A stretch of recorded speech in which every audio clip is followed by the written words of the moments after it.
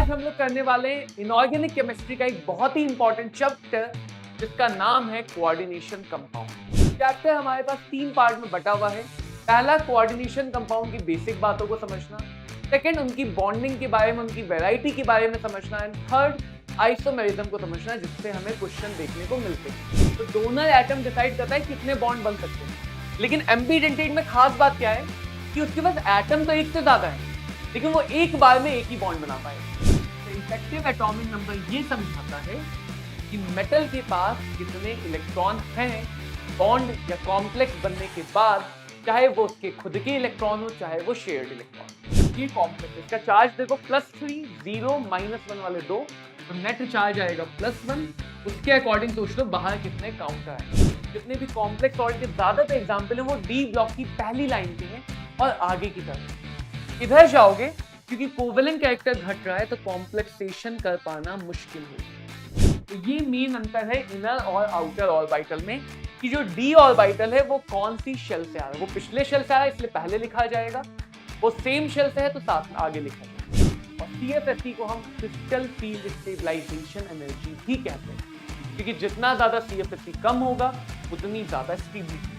पॉलीन्यूक्लियस 2 central atom, इसके structure important है। यहाँ पे 3 carbon monoxide, 3 carbon monoxide side में, 2 कार्बन मोनोऑक्साइड बीच में है जो काम कर रहे हैं ब्रिज। MAA होल राइट, यानी 3 पंखे लगे हों तो भी एक्टिव है। 2 पंखों में सिस वाली फॉर्म है, नेबरिंग वाली फॉर्म है तो एक्टिव। तो ये बात होती बच्चों ऑप्टिकल आइसोमेरिज्म। हेलो चैंपियंस, क्या हाल चाल है। तो आज हम लोग करने वाले हैं इनऑर्गेनिक केमिस्ट्री का एक बहुत ही इंपॉर्टेंट चैप्टर जिसका नाम है कोऑर्डिनेशन कंपाउंड। तो इसमें हम लोग बच्चों जानेंगे कि कॉम्प्लेक्स सॉल्ट या कोऑर्डिनेशन कंपाउंड क्या होते हैं, उनकी क्या क्या प्रॉपर्टी होती है, और केमिकल बॉन्डिंग के बाद ये इनऑर्गेनिक का सबसे ज्यादा लॉजिकल चैप्टर है। इसमें सारी बातें लॉजिकल है, सारी बातें समझनी है। चैप्टर हमारे पास 3 पार्ट में बटा हुआ है। पहला कोऑर्डिनेशन कंपाउंड की बेसिक बातों को समझना, सेकंड उनकी बॉन्डिंग के बारे में, उनकी वैरायटी के बारे में समझना एंड थर्ड आइसोमेरिज्म को समझना, जिससे हमें क्वेश्चन देखने को मिलते हैं। तो एक एक करके बातों को जानेंगे, समझेंगे कि क्या चीजें होती हैं। अगर सबसे पहले बात करें तो हमारे पास एक कैटेगरी ऑफ कंपाउंड होती है जिसको कहा जाता है एडिशन सॉल्ट्स और एडिशन कंपाउंड।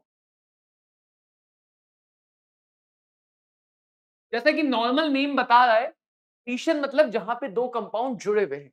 तो ये एडिशन कंपाउंड 2 तरह के होते हैं। जैसे मान लो KCN के साथ आयरन साइनाइड सॉल्ट जुड़ा हो।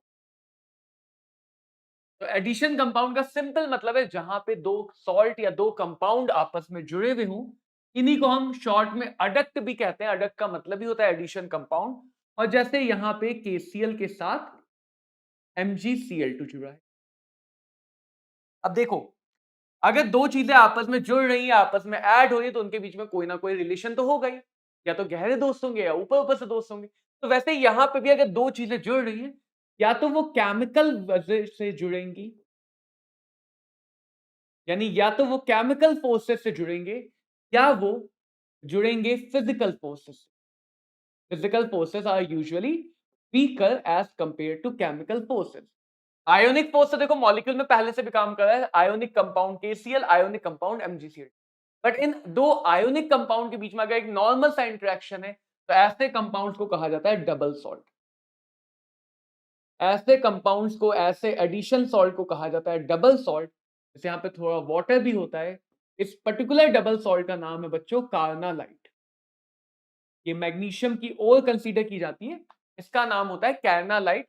यानी यहाँ पे KCl और MgCl2 दोनों मॉलिक्यूल आपस में जुड़े हुए हैं, लेकिन दोनों के बीच में कोई केमिकल रिएक्शन, कोई केमिकल चेंज नहीं हुआ। सेकंड क्या है, अगर यहाँ पे फोर्स से जुड़ गए तो हम इसको ऐसे दिखाते हैं, K4FeCl6। तो यहां पे अगर केमिकल वजह से जुड़े, आयोनिक फोर्स तो देखो पहले से था, तो केमिकल वजह में नई वजह क्या आएगी, कोवेलेंट। यही कोवेलेंट बॉन्ड कोऑर्डिनेशन बॉन्ड होता है, एक्सेप्टर डोनर बॉन्ड। तो अगर 2 आयोनिक सॉल्ट आपस में कोवेलेंट बॉन्ड बना के, आपस में कोऑर्डिनेट बॉन्ड बना के आपस में जुड़ रहे हैं, तो ऐसे कंपाउंड्स को कहा जाता है कोऑर्डिनेशन कंपाउंड या फिर कॉम्प्लेक्स सॉल्ट। क्योंकि पहले इनके बारे में ज्यादा बातें नहीं पता थी, तो बोल दिया भाई पता नहीं है तो कॉम्प्लेक्स है, समझ से परे है, दूसरी दुनिया के कंपाउंड है। फिर धीरे धीरे इनके बारे में पता चला, वर्नर ने बहुत कॉन्ट्रीब्यूशन दिया, फादर ऑफ कोऑर्डिनेशन केमिस्ट्री। ऐसे कंपाउंड को कहा गया कॉम्प्लेक्स या कोऑर्डिनेशन कंपाउंड। बेसिक सा अंतर है, फिजिकल फोर्स मतलब कोई चेंज नहीं होगा इन प्रॉपर्टीज में, आइडेंटिटी में। केमिकल फोर्स मतलब चेंज होगा, केमिकल चेंज ज्यादा परमानेंट होते हैं। तो कुछ बेसिक सा डिफरेंस है। डबल सॉल्ट में नॉर्मल फिजिकल एडिशन है, जबकि कोऑर्डिनेशन कंपाउंड में केमिकल अट्रैक्शन या कोऑर्डिनेट बॉन्ड है। कोई फिक्स रेशियो होना कंपलसरी नहीं है, जैसे यहां देख सकते हो। यूजुअली डबल सॉल्ट को 1:1 में ही दिखाया जाता है, लेकिन कॉम्प्लेक्स सॉल्ट में एक फिक्स रेशियो है, क्योंकि केमिकल चेंज के लिए फिक्स रेशियो होना चाहिए। डबल सॉल्ट की अपनी खुद की कोई आइडेंटिटी नहीं है। अगर हम डिसॉल्व करेंगे तो ये वापस से उन्हीं आयंस में बदल जाएगा जिन आयन से बना है, यानी डबल सॉल्ट की अपनी नई आइडेंटिटी नहीं होती। लेकिन कॉम्प्लेक्स कंपाउंड में रिएक्शन हुई, प्रोडक्ट बना, तो वहां पे उसके पास अपनी एक अननोन, अपनी एक खुद की आइडेंटिटी होती है। तो ये बेसिक सा अंतर है डबल और कॉम्प्लेक्स सॉल्ट में। अब बच्चों सबसे पहले समझेंगे कोऑर्डिनेशन कंपाउंड से जुड़े हुए कुछ टर्म्स। देखो, एक एग्जांपल ले आओ, K4 FeCN6। एक एग्जांपल ले रहा हूं NiCO4, बहुत इंपॉर्टेंट, बहुत बार आने वाला कॉम्प्लेक्स है, निकल टेट्रा कार्बोनिल। और एक एग्जांपल ले रहा हूं सिंपल सा CuNH3 whole 4 H2O whole twice Cl3, H2O whole twice Cl3। अब देखो इन सब में डिफरेंस समझना थोड़ा सा। सबसे पहले जो स्क्वायर ब्रैकेट है वो दिखाता है कोऑर्डिनेशन। तो यहां पे अगर मैं इसको आयोनाइज करूंगा तो K पॉजिटिव आयन मिलेगा, कितने, 4, और एक मिलेगा फेरोसाइनाइड आयन, फेरोसाइनाइड आयन। ऐसे ये ऑलरेडी एक न्यूट्रल कंपाउंड है, कोई कैटायन एनायन नहीं, तो ये तो न्यूट्रल है। बट अगर मैं इसको आयोनाइज करूंगा तो मुझे मिलेगा CONH3 का होल 4 H2O का होल ट्वाइस, वही जो नॉर्मल AXBY को, इसकी वैलेंसी उसके साथ, उसकी वैलेंसी इसके साथ, तो इसके नीचे जो नंबर है वो यहां पे आ गया, 3 पॉजिटिव और 3 मिलेंगे Cl माइनस आयन।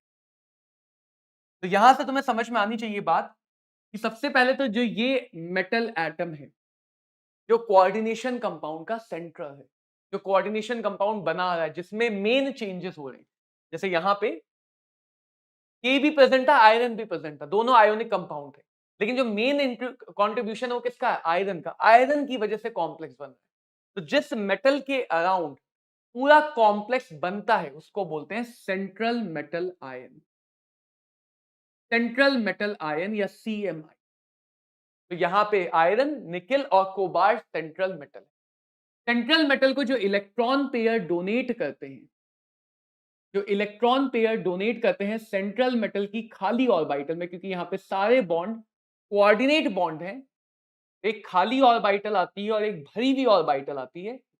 तो खाली ऑर्बिटल होती है CMI की, और भरी हुई ऑर्बिटल होती है, उसको हम बोलते हैं लाइगेंड। यही हमारे पास न्यूक्लियोफाइल भी होते हैं, यही लुईस बेस भी होते हैं। तो ऐसे मॉलिक्यूल्स को बोलते हैं ligand, which can donate electron pair, which can donate electron pair। Simple word में बात करते हैं, ज्यादा इसको कॉम्प्लिकेट नहीं करेंगे।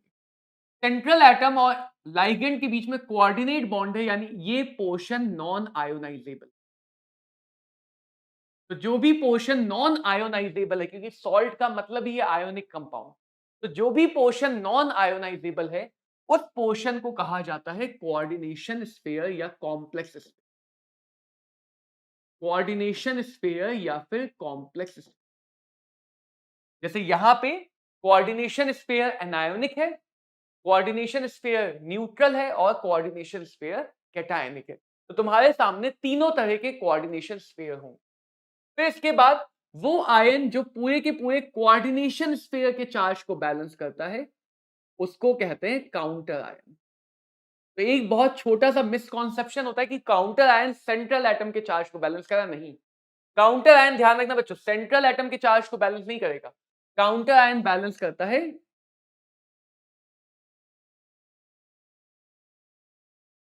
काउंटर आयन का और कोई भी रोल नहीं है, इसका काम है पूरे के पूरे कोऑर्डिनेशन स्फीयर के चार्ज को बैलेंस करना। यानी अगर कोऑर्डिनेशन स्फीयर एनायोनिक है तो काउंटर आयन पॉजिटिव होगा, अगर कोऑर्डिनेशन स्फीयर कैटायनिक है तो काउंटर आयन नेगेटिव होगा, अगर कोऑर्डिनेशन स्फीयर न्यूट्रल है तो there will not be a counter ion. तो काउंटर आयन का काम होता है, इसे हम स्पेक्टेटर आयन बोलते हैं, दर्शक है, ऑडियंस है। स्पेक्टेटर का मतलब दर्शक, ऑडियंस। तो ये सिर्फ और सिर्फ as a audience, as a spectator रहता है कि यहाँ पे सिर्फ और सिर्फ चार्ज को बैलेंस कर।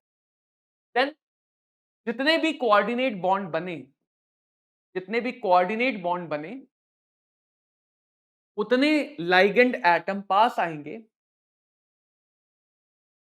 जितने भी कोऑर्डिनेट बॉन्ड बनते हैं उसको कहते हैं coordination number. That is called as coordination number. एक लाइगेंड जितने बॉन्ड बना सकता है, एक लाइगेंड जितने बॉन्ड बना सकता है,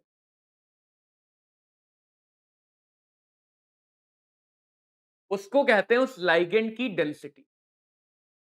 तो टोटल जो कोऑर्डिनेट बॉन्ड बना रहा है central atom, that is coordination number. एक लाइगेंड जितने बॉन्ड बना सकता है उसको हम बोलते हैं डेंसिटी।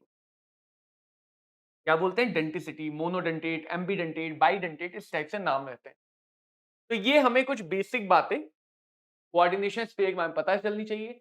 सेंट्रल एटम की ऑक्सीडेशन नंबर निकालनी हो तो लाइगेंड का नेट चार्ज लिया जाता है। जैसे साइनाइड आयन का net charge -1, carbon monoxide 0, ammonia 0, water 0। बाहर वालों को भी चार्ज लेंगे। अब नेट चार्ज पूरे मॉलिक्यूल का 0 है तो उसको 0 के इक्वल कर दो, इसको x मान लो, तो यहाँ पे नेट ऑक्सीडेशन नंबर, वही तरीका जैसे हम ऑक्सीडेशन नंबर निकालते हैं, 2 आ जाएगी, यहाँ पे 0 आ जाएगी, यहाँ पे 3। तो हमें सेंट्रल एटम की ऑक्सीडेशन नंबर भी निकालनी है। ठीक है, तो फटाफट कुछ बेसिक डेफिनेशन समझ लेते हैं, वरना हमें इतनी बात पता होनी चाहिए कॉम्प्लेक्स सॉल्ट के बारे में। तो फटाफट कुछ बेसिक सी डेफिनेशन समझ लेते हैं। जैसे डेंसिटी का मतलब क्या है? सपोज अमोनिया है, अमोनिया के पास एक डोनर एटम है, ये सिर्फ एक कोऑर्डिनेट बॉन्ड बना पाएगा, तो ये बोला जाएगा मोनोडेंटेट। मोनोडेंटेट।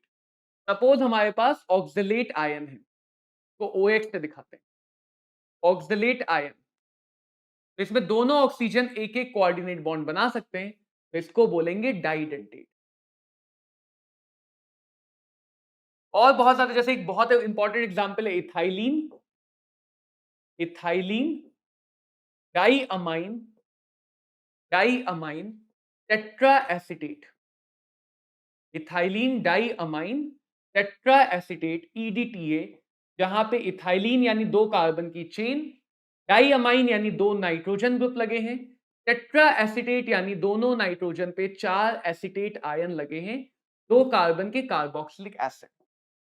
तो this is called as ethylene diamine tetra acetate anion ligand, जो 2 नाइट्रोजन के थ्रू और 4 ऑक्सीजन के थ्रू टोटल 6 कोऑर्डिनेट बॉन्ड बना सकता है। यानी इसकी डेंसिटी कितनी हो गई? हेक्साडेंटेट।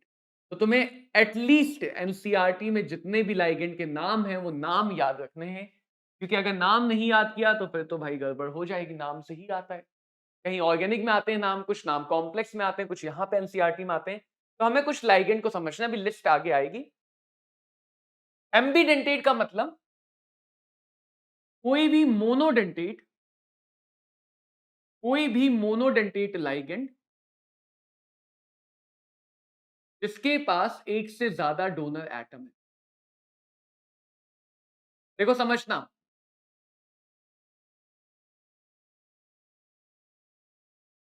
एक से ज्यादा डोनर एटम डाइडेंटेट में भी है, पॉलीडेंटेट में भी है। तो डोनर एटम डिसाइड करता है कितने बॉन्ड बन सकते हैं।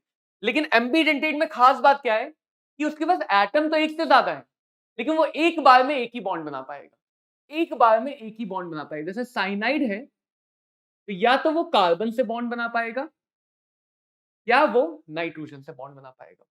इसको बोलते हैं साइनिडो और इसको बोलते हैं आइसोसाइनिडो।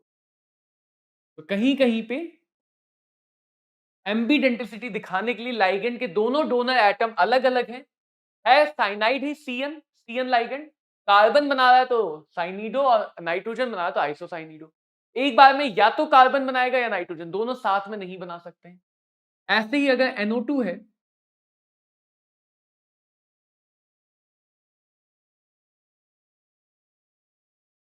तो या तो नाइट्रोजन बनाएगा या ऑक्सीजन बनाएगा। अगर नाइट्रोजन बना रहा है तो इसको बोलते हैं नाइट्रीटो, नाइट्रीटो N। अगर ऑक्सीजन बना रहा है तो इसको बोलते हैं नाइट्रीटो O।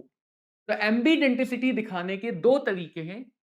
या तो हम एम्बिडेंटिसिटी में नाम सेम रखते हैं, साथ में डोनर एटम मेंशन कर देते हैं कि कौन सा डोनर एटम है, या फिर हम नाम ही बदल देते हैं इस बात को दिखाने के लिए कि किस केस में किस डोनर एटम ने अटैक किया।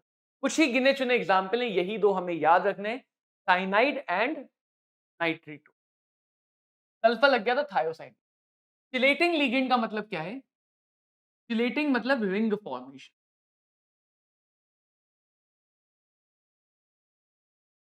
चिलेट करने का मतलब चिल्लाना नहीं, ये नहीं कि चिलेट कर रहा है चिल्ला रहा है। चिलेटिंग का मतलब रिंग फॉर्मेशन।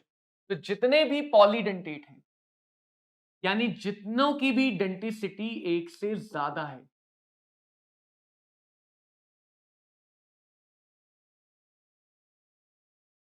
जितने भी बच्चों हमारे पास पॉलीडेंटेट लाइगेंड, बस इन टर्म्स को समझते चलो और इनके एग्जाम्पल याद करते चलो। इसको बोलते हैं इथाइलिन डाइअमाइन। तो जितने भी पॉलीडेंटेट लाइगेंड हैं, अगर वो अपने सारे डोनर एटम, जैसे डाइडेंटेट है, दो बॉन्ड बनाया, तो एक क्लोज रिंग बन गई या नहीं बन गई? अब इधर से अटैक नहीं कर पाएगा। तो इसी टाइप की रिंग फॉर्मेशन को कहा जाता है चिलेशन। ये जो रिंग बनी, इस रिंग फॉर्मेशन को कहा जाता है चिलेशन। और इसकी वजह से, क्योंकि मेटल को हर तरफ से लाइगेंड ने घेर लिया, चारों तरफ से घेर लिया, तो कोई बाहर का दुश्मन आके हमला कर पाएगा, कोई और न्यूक्लियोफाइल आके हमला नहीं कर पाएगा। Chelation increase stability. Stability compare करने के बहुत सारे तरीके हैं, जिनमें से पहला तरीका है, अगर सेम मेटल है, सब कुछ सेम है, तो जिस मेटल में ज्यादा चिलेशन हुआ, जैसे डाइडेंटेट से ज्यादा चिलेशन ट्राइडेंटेट करेगा, ट्राई से ज्यादा टेट्राडेंटेट, तो जैसे जैसे डेंटिसिटी बढ़ती जाएगी, चिलेशन बढ़ता जाएगा। और चिलेशन ज्यादा होने मतलब उसको ज्यादा तरफ से घेरा जाएगा। सोचो जो 6 तरफ से घेर रहा है, ऐसा लाइगेंड जो 6 तरफ से बॉन्ड बना रहा है, तो वो हर तरफ से इसको घेर ले, हर तरफ से क्लोज कर देगा, तो बहुत ज्यादा स्टेबिलिटी।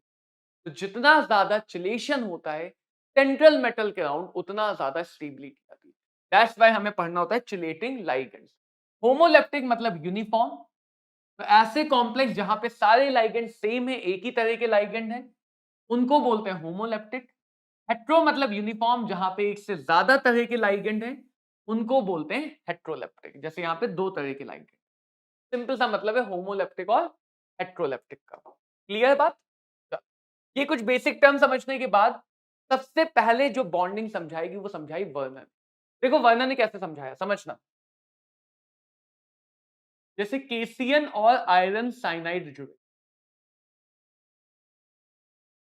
केसियन और आयरन साइनाइड ने जुड़ के कॉम्प्लेक्स, तो आयोनिक कंपाउंड है ना बेसिकली। आयोनिक कंपाउंड है तो आयोनिक बॉन्ड तो होंगे ही। तो मेटल की जो ऑक्सीडेशन नंबर है वो उसकी आयोनिक बैलेंस या आयोनिक नेचर दिखाता है। बट जब इसने जुड़ के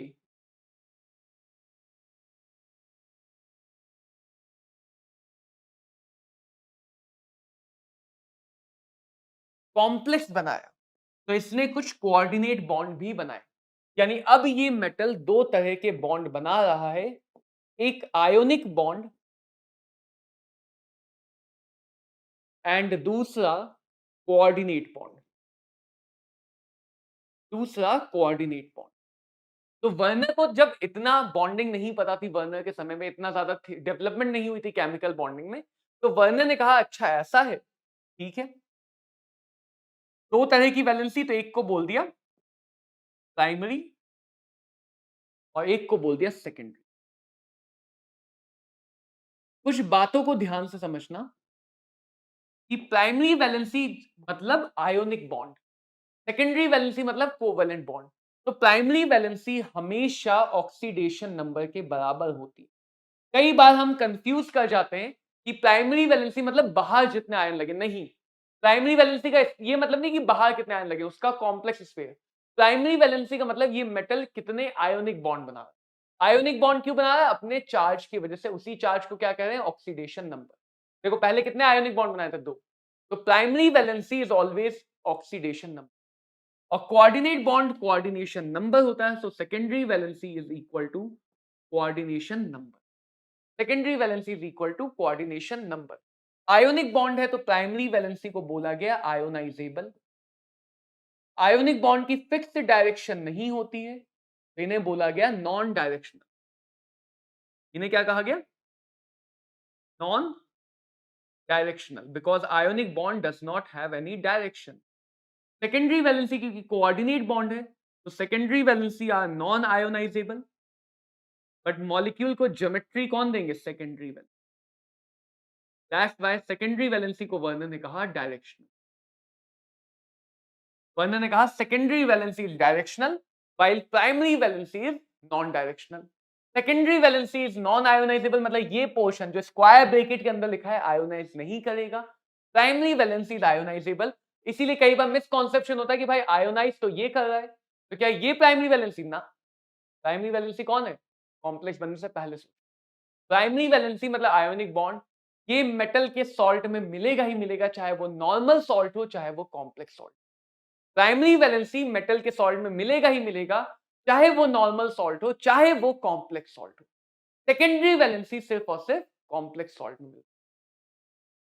नेक्स्ट और वेरी वेरी इंपॉर्टेंट बात, बहुत ही ज्यादा जरूरी बात है वो ये कि प्राइमरी वैलेंसी क्योंकि मेटल का ऑक्सीडेशन नंबर पॉजिटिव है तो प्राइमरी वैलेंसी को हमेशा एनायन ही सेटिस्फाई कर सकता है।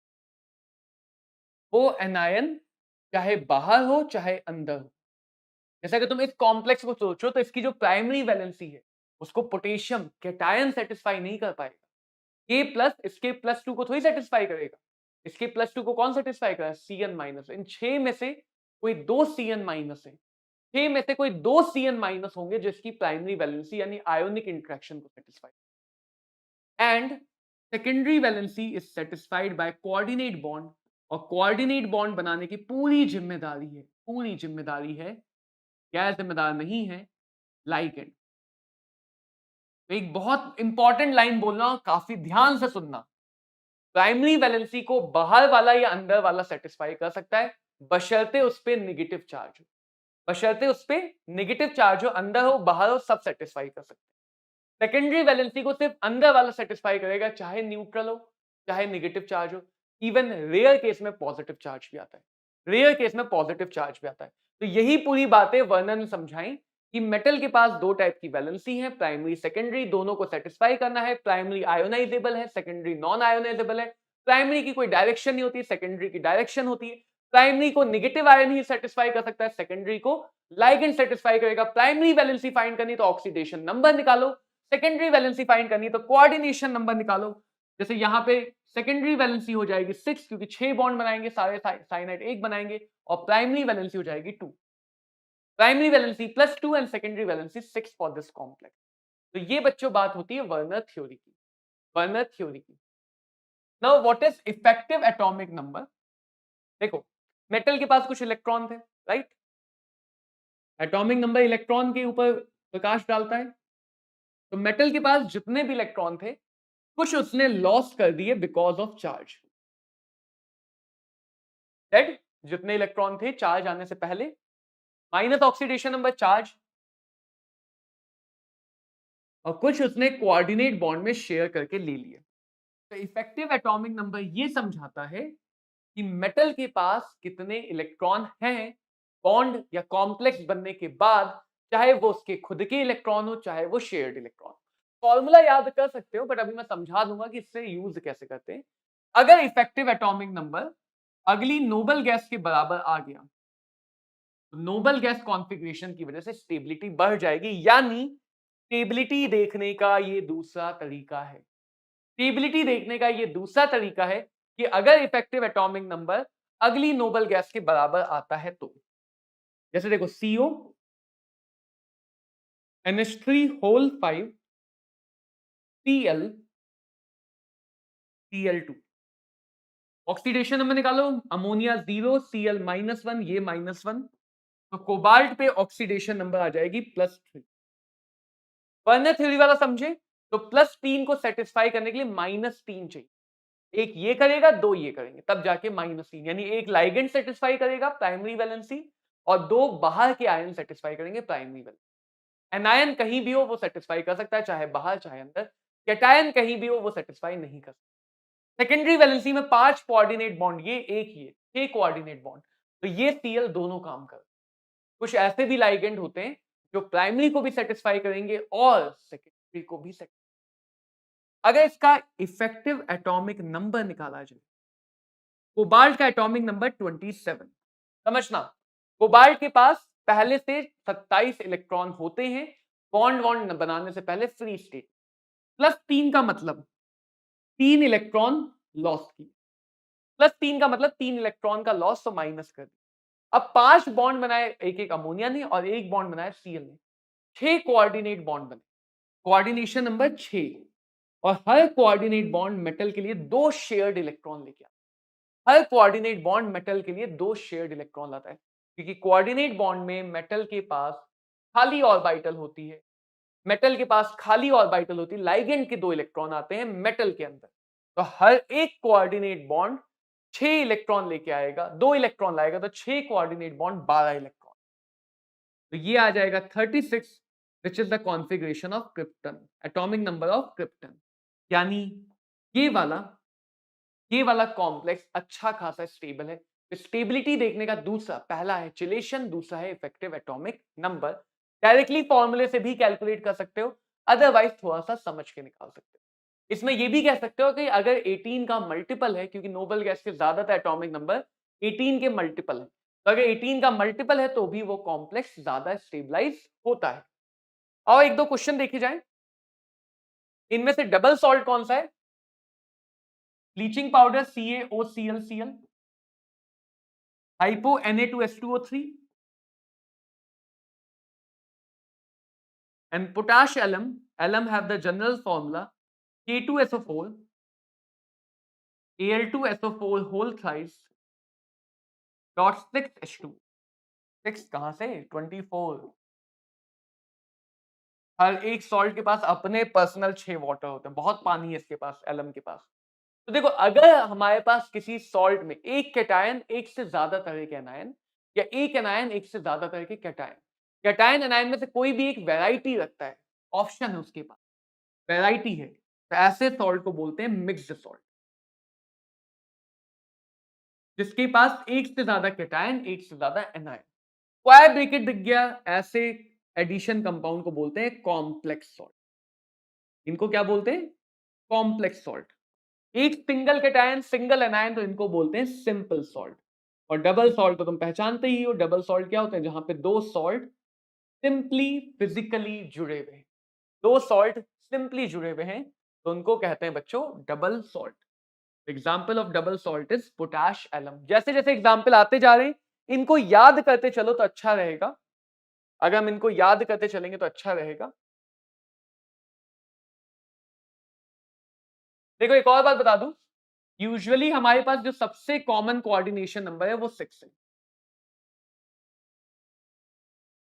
तो अगर कभी भी तुम्हें कोऑर्डिनेशन नंबर जज करना हो, कभी भी कोऑर्डिनेशन नंबर जज करना हो, तो 6 को जज करना।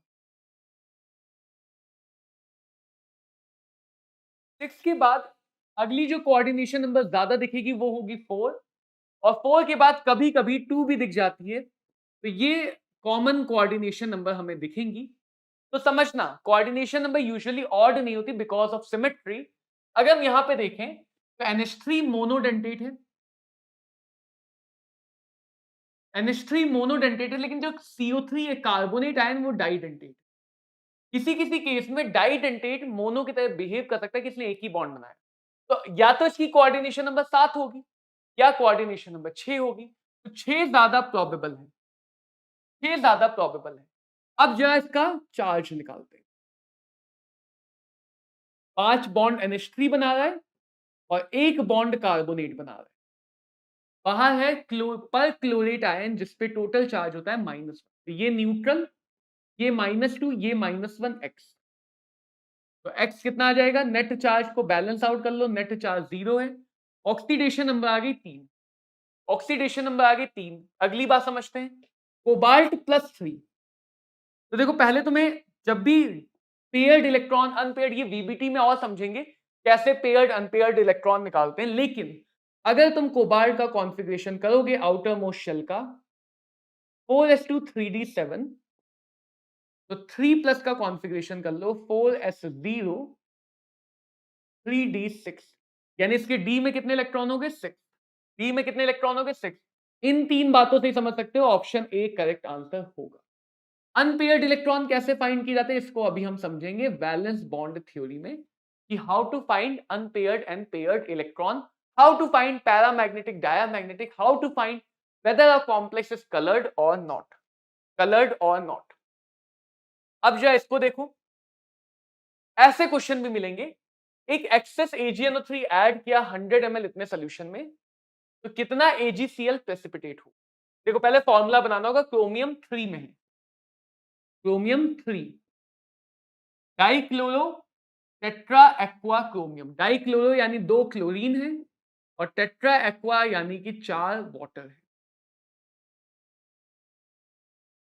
ये कॉम्प्लेक्स है, इसका चार्ज देखो +3 0 -1 वाले 2, तो नेट चार्ज आएगा +1।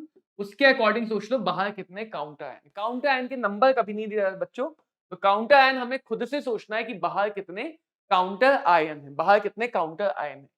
अब जरा देखो तो फॉर्मूला क्या बनेगा, Cr H2O whole 4 Cl2 Cl minus 100 into 0.01 यानी 1 मिलीमोल, 1 मिलीमोल कॉम्प्लेक्स कितने Cl देगा,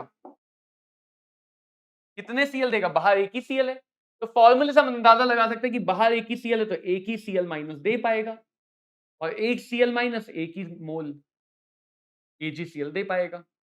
तो प्रेसिपिटेट कितना मिला, 1 मिलीमोल या 1/1000 moles, 0.001 moles of precipitate will we get, we will get 0.001 moles of precipitate, moles of precipitate।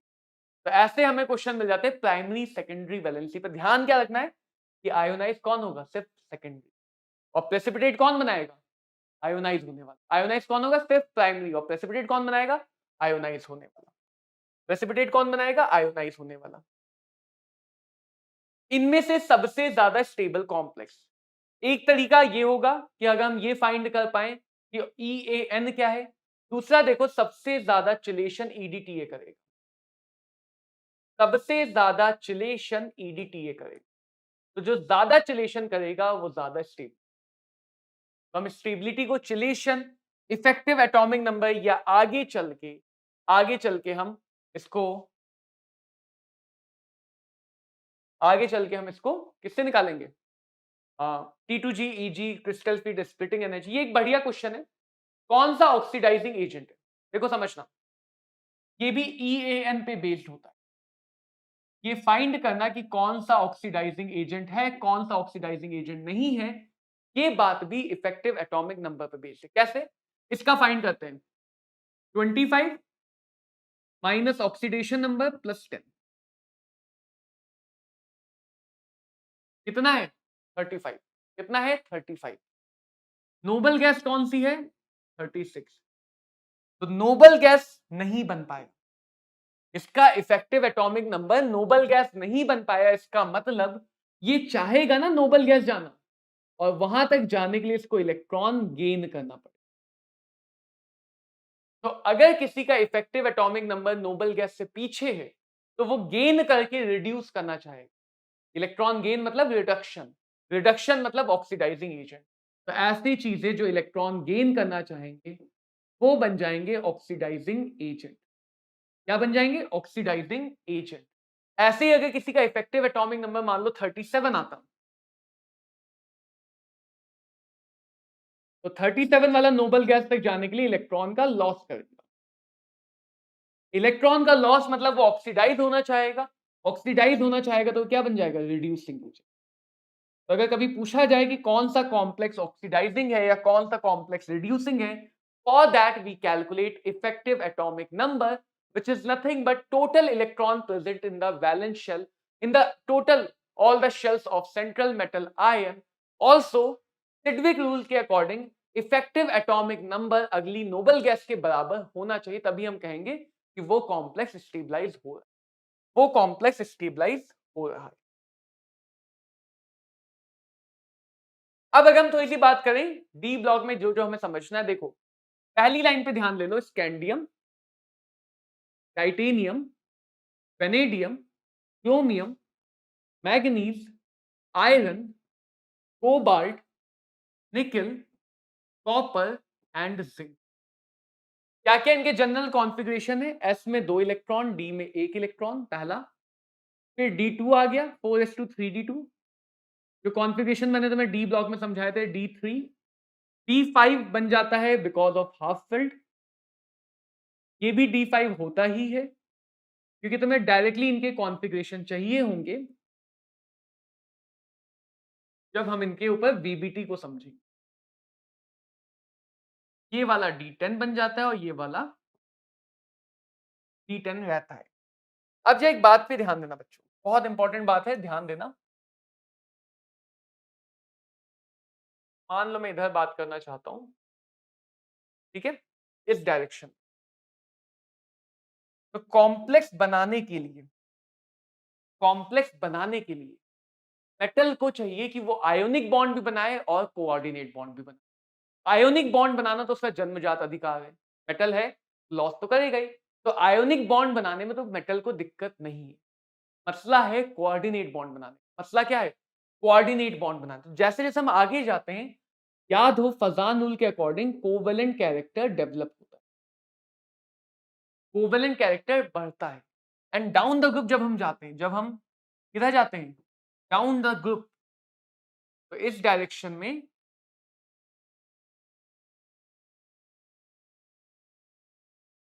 Covalent character घटता है, covalent character घट जाता है।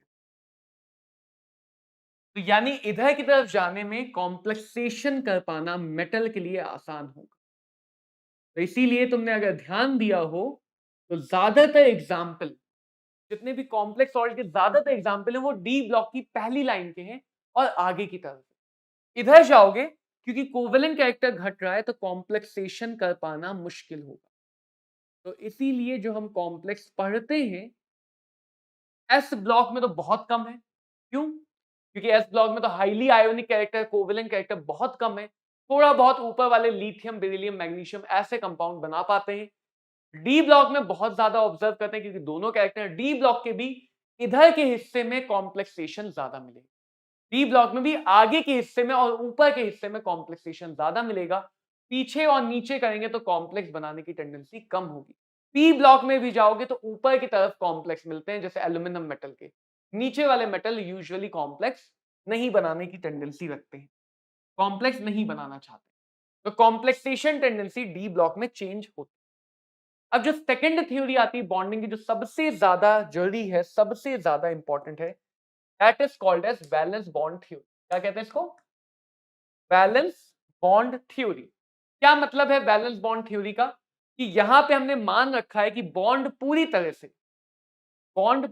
से कैसा है, कोवेलेंट नेचर का। कैसा है? कोवेलेंट नेचर का। अब होता है हाइब्रिडाइजेशन। क्या आता है? हाइब्रिडाइजेशन। कौन सी? Vacant orbital. कौन सी ऑर्बिटल? Vacant orbital. और फिर वो वेकेंट ऑर्बिटल, ध्यान रखना यहां पे जो बॉन्ड है वो कोऑर्डिनेट है, यानी जो भी हाइब्रिडाइजेशन है वो खाली ऑर्बिटल में हो। देखो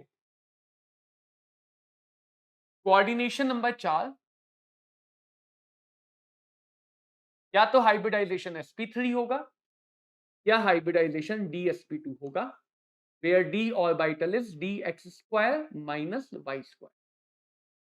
कोऑर्डिनेशन नंबर 5 में भी ऐसा ही होगा। कोऑर्डिनेशन नंबर 6 पे जाते हैं, sp3d2 होगा या फिर d2sp3।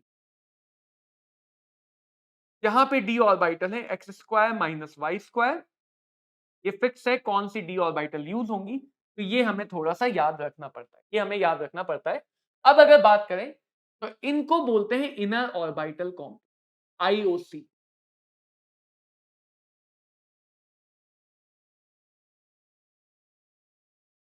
Inner orbital complex shell, और इधर वालों को बोलते हैं आउटर ऑर्बिटल कॉम्प्लेक्स।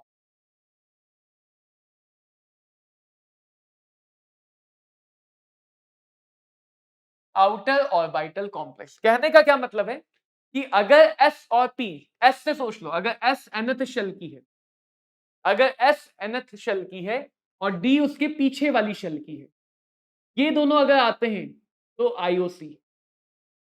इस S के साथ nth शेल की S के साथ उसी शेल का D आता है, उसी शेल का D आता है तो आउटर ऑर्बिटल। तो ये मेन अंतर है इनर और आउटर ऑर्बिटल में कि जो डी ऑर्बिटल है वो कौन सी शेल से आ रहा है। वो पिछले शेल से आ रहा है इसलिए पहले लिखा जाएगा, वो सेम शेल से है तो साथ में आगे लिखा जाएगा। तो डी के लिखने का सीक्वेंस बताता है कि वो इनर है या आउटर है। अब क्योंकि इनर वाली डी कम एनर्जी की होती, राइट, बाहर वाली डी ज्यादा एनर्जी की होगी, जितना बाहर जाओगे एनर्जी उतनी बढ़ेगी। तो इनर ऑर्बिटल कम एनर्जेटिक होते हैं और कम एनर्जी की वजह से ज्यादा स्टेबल होते हैं। तो यानी प्रेफरेंस किसको देंगे, प्रेफरेंस किसको देंगे कि पहले कोशिश करेंगे कि अंदर वाली डी खाली मिल जाए। प्रॉब्लम क्या है, चार में हमें 4 वेकेंट डी ऑर्बिटल चाहिए, पूरी तरह से वेकेंट, चाहे वो आगे वाली मिले चाहे पीछे वाली मिले। 6 के लिए हमें 6 वेकेंट डी ऑर्बिटल चाहिए। तो हमारी कोशिश ये रहेगी कि या तो हमें डी ऑर्बिटल अंदर खाली मिल जाए, पहले अंदर, अगर अंदर खाली नहीं मिल पा रही तो हम बाहर जाएंगे, तो हम बाहर जाएंगे। और इसी चीज को खाली कराने के लिए, इसी चीज को खाली कराने के लिए अगर लाइगेंड में,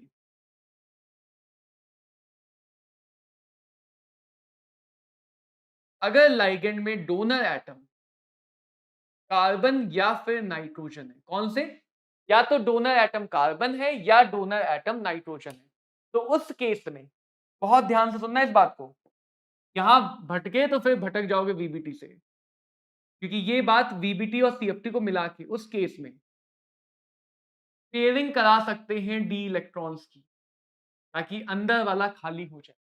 पेयरिंग करा सकते हैं डी इलेक्ट्रॉन्स की, लेकिन सिर्फ और सिर्फ तभी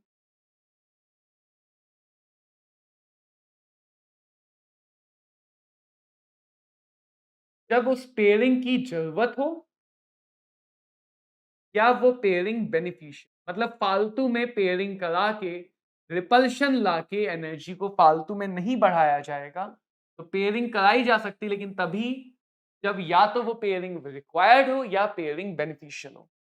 अगर कार्बन नाइट्रोजन का कोई और डोनर एटम आया तब तो पेयरिंग होगी नहीं।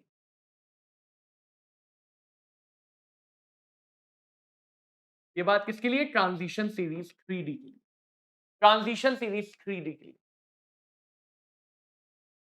यूजुअली ये सिर्फ नीट के लिए बता रहा हूं, इस बात के साथ कंडीशन जुड़ी हुई है, बहुत सारे केसेस अलग अलग। यूजुअली कोई भी एटम पेयरिंग करा देगा अगर तुम नीचे वाली ट्रांजिशन सीरीज, लेकिन वो भी कब कराएगा, जब जरूरत हो। तो नीचे वाली ट्रांजिशन सीरीज में यूजुअली हम पेयरिंग करा देते हैं। 3D ट्रांजिशन सीरीज मेन है जिसमें समझना है, यानी जो पहली लाइन है उसमें पेयरिंग होना ना होना लाइगेंड पे भी डिपेंड करता है। नीचे की जो दो लाइन है उसमें पेयरिंग होना लाइगेंड से ज्यादा मेटल पे डिपेंड, लाइगेंड से ज्यादा मेटल पे करता है। समझ पाई बात, अभी अच्छे से नहीं हुआ होगा क्योंकि अभी तो बात समझाइए, अब एग्जाम्पल समझो। सबसे पहले देखो तुम्हें करना क्या क्या बातें समझनी है, ध्यान देना। सबसे पहले जो मेटल है उसका कॉन्फ़िगरेशन, जो मेटल है उसका जिस भी ऑक्सीडेशन नंबर निकाल पाए ना +3, कॉन्फ़िगरेशन लिख लो, क्या फायदा होगा, 4s0 3d6, 3d6। अब देखो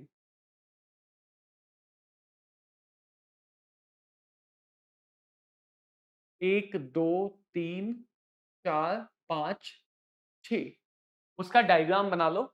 ये डायग्राम जब एक बार तुम्हारे दिमाग में बनने लगेगा तो बनाना छोड़ सकते हो, बट शुरुआत में तो बना लो। कौन सी शेल, 3D, ये कहां का, 4s, 4s के 4s खाली तो 4p भी खाली है, 4p खाली तो 4d भी खाली, 4d तो 4f भी खाली। सबसे पहले मेटल का कॉन्फ़िगरेशन समझो। सेकंड काम कोऑर्डिनेशन नंबर देखो। कितने आ रहे हैं? 6। ऑप्शन क्या है? sp3d2 या फिर d2sp3। पहले किसको ट्राई करेंगे? लक अच्छा रहा तो अंदर वाला मिल जाएगा, लक अच्छा नहीं रहा तो बाहर वाला मिलेगा। लक अच्छा रहा तो अंदर वाला, लक अच्छा नहीं रहा तो बाहर वाला। देखो, वाटर के पास डोनर एटम ऑक्सीजन, ऐसे लाइगेंड को हम आगे चल के बोलेंगे वीक फील्ड लाइगेंड। क्या बोलेंगे? Weak field ligand. जहां पे डोनर एटम कार्बन नाइट्रोजन, उनको क्या बोलेंगे? Strong field ligand. ठीक है, पेयरिंग कराने वाला स्ट्रॉन्ग, ना कराने वाला वीक। अगर ये स्ट्रॉन्ग होता, इसी की जगह लाइगेंड अमोनिया होता, तो इन 2 इलेक्ट्रॉन को अगर भेज दिया जाए तो हमें 2 खाली डी मिलेंगे। ये टारगेट देखना है। अगर 2 डी चाहिए तो 2 ही डी खाली करना, ना 2 से कम ना 2 से ज्यादा। अगर 1 खाली हो तो भी बात नहीं बनेगी, 3 खाली कर दी तो भी गलत हो जाएगा। जितनी जरूरत है उतना ही काम, जितनी जरूरत उतना ही काम, बाकी आराम। तो अगर ये अंदर चले जाते, अगर ये अंदर चले जाते तो 2 डी खाली मिल जाती। लेकिन वाटर इतना पावरफुल नहीं है कि खाली करा सके, तो यहां पे कोई पेयरिंग नहीं हो, यहां पे कोई भी पेयरिंग नहीं हो। तो इससे क्या पता चला? इससे ये पता चला कि जब खाली ऑर्बिटल है तो खाली कौन सी? यही है। अब यहां से 6 ऑर्बिटल उठा लो। कोऑर्डिनेशन नंबर इसीलिए फाइंड की थी, 6 ऑर्बिटल चाहिए, 4 चाहिए पता करने के लिए। तो पहली बात पता चल गई कि ये एक ऑक्टाहेड्रल कॉम्प्लेक्स है। जो स्ट्रक्चर है वो कैसा होगा? ऑक्टाहेड्रल। 6 वाले का स्ट्रक्चर ऑक्टाहेड्रल, 4 वाले में ये वाला टेट्राहेड्रल, ये वाला स्क्वायर प्लेन। तो 4 वाले में 2 टाइप के स्ट्रक्चर है, 6 वाले में तो एक ही स्ट्रक्चर है, ऑक्टाहेड्रल, एक ही है, ऑक्टाहेड्रल। देखो देखो देखो देखो। दूसरी बात क्या पता चली? क्योंकि आगे वाला डी यूज हुआ तो ये OOC है, यानी कि ये आउटर ऑर्बिटल कॉम्प्लेक्स। तीसरी बात, कोई भी बात रिलेटेड नहीं, सब बात की वजह अलग है।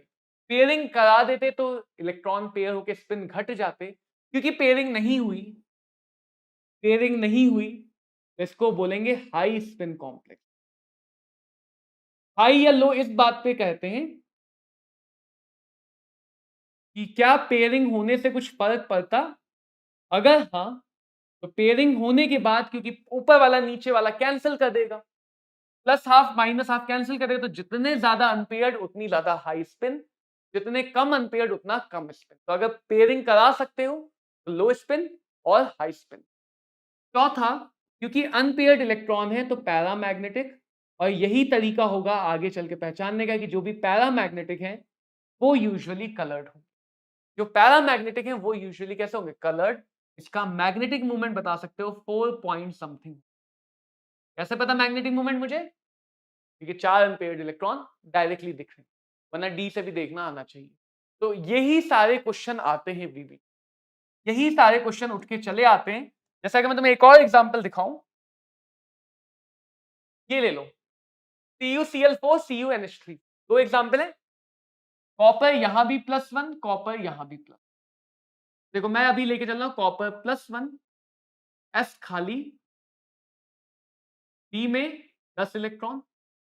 ये इससे पहले रुको हम ये वाला कर लेते हैं, ये वाला कर लेते हैं पहले, हाँ, ताकि तुम अच्छे समझ लो। निकिल +2 और निकिल +2, ठीक है, निकिल +2, निकिल +2। पहले निकिल को ले लेते हैं। निकिल +2 यानी कि 4s0 3d8। अब देखो 1 2 3 4, 1 2 3 4 5 6 7 8, पी में हो गए कितने? 8 इलेक्ट्रॉन। एस खाली, पी खाली, आगे वाला डी भी खाली, ठीक है। अब आओ कोऑर्डिनेशन नंबर देखो। अभी तक एनालिसिस दोनों एग्जांपल में सेम है, इसलिए बीच में लिखा हूं। दोनों में कोऑर्डिनेशन नंबर 4, या तो चाहिए sp3 या चाहिए dsp2। dsp2 मिल गया तो बल्ले बल्ले, तो dsp2 की कोशिश करेंगे। उसके लिए हमें एक खाली डी चाहिए, इसको देख के समझो, एक खाली डी चाहिए। अगर ये इलेक्ट्रॉन अंदर चला गया तो ये डी खाली हो जाए। मान लो 2 चाहिए होते तो खाली नहीं कराते, 2 चाहिए होते तो खाली नहीं कराते, क्योंकि एक ही चाहिए। जितना चाहिए उतना अगर मिलता है तो ठीक है, नहीं तो आगे वाला ले लो। अगर इनर ऑर्बिटल के लिए जितने डी चाहिए उतने खाली मिल पाए तो ठीक, वरना ये मत कर देना एक खाली डी यहाँ एक खाली डी वहां, वो काम मत करना। तो अगर यहाँ पे देखें साइनाइड क्योंकि स्ट्रॉन्ग है तो वो पेयर करा देगा। तो साइनाइड के केस में क्या होगा,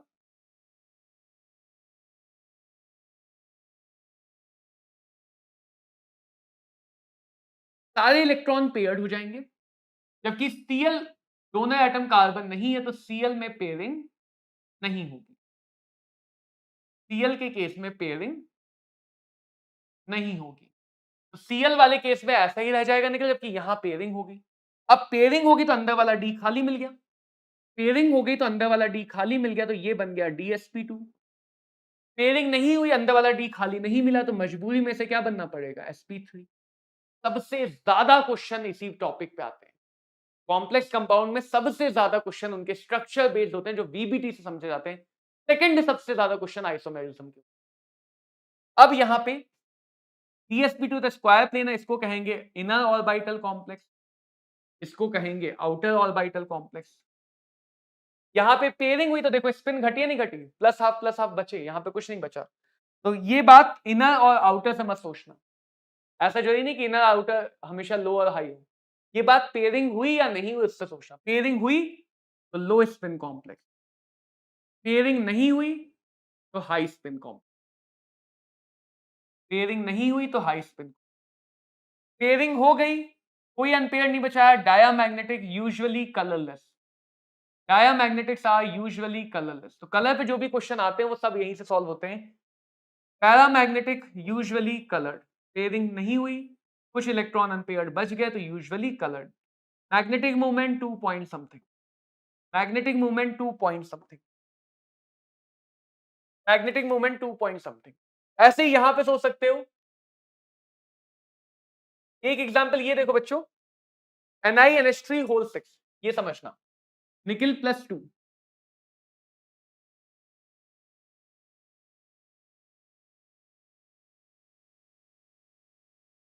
1 2 3 4 5 6 7 8, S खाली P खाली। हर बार ये डायग्राम बनाओ ताकि तुम इसको अच्छे से कर पाओ, ठीक है। अब देखो कोऑर्डिनेशन नंबर 6, कोऑर्डिनेशन नंबर 6 का मतलब या तो sp3d2, या तो sp3d2 या फिर d2sp3, इन दोनों में से कोई एक ऑप्शन होगा, sp3d2 या d2sp3। अब इसमें क्या है, इसमें क्या सीन बैठता है कि अगर मुझे ये चाहिए तो 2 डी खाली करना होगा। अमोनिया स्ट्रॉन्ग फील्ड है, बहुत ध्यान से समझना इस बात को, अमोनिया स्ट्रॉन्ग फील्ड है, फिर भी 2 डी खाली नहीं हो सकते, इनको कितना भी धक्का ले लो एक ही खाली हो पाएगा।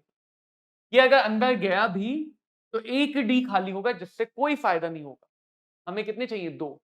तो ये वो केसेस है जहां पे कई बार ऐसा होगा कि तुम्हें लगेगा कि पेयरिंग करा के चलो बात बढ़ा लें, लेकिन पेयरिंग से फायदा नहीं हो रहा है।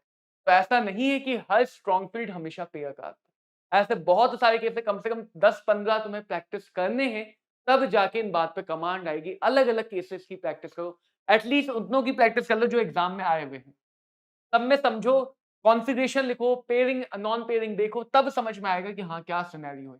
तो पेयरिंग नहीं होगी यहाँ, स्ट्रॉन्ग फील्ड के होते हुए भी पेयरिंग नहीं हो।